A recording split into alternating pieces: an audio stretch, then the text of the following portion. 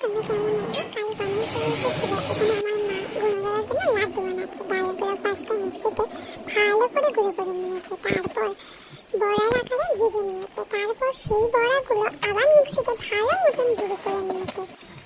তারপর চিনির জলের মধ্যে দিয়ে ভালো করে নেড়ে চেড়ে নিয়ে তার মধ্যে কাজু ঘি দিয়ে আবার নেড়ে নিতে হবে। এটা আমি আর ভিডিও করিনি, কারণ আমি পুজো দিচ্ছিলাম। এই হলো আমার গুণদাদা, তাকে আমি স্নান করাচ্ছি, নতুন জামা পরিয়ে দেবো এবারে।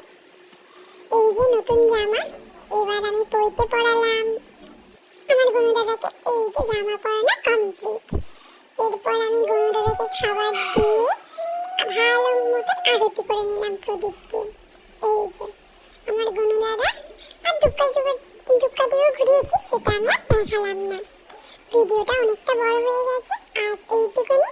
তবে লাইক, শেয়ার, সাবস্ক্রাইব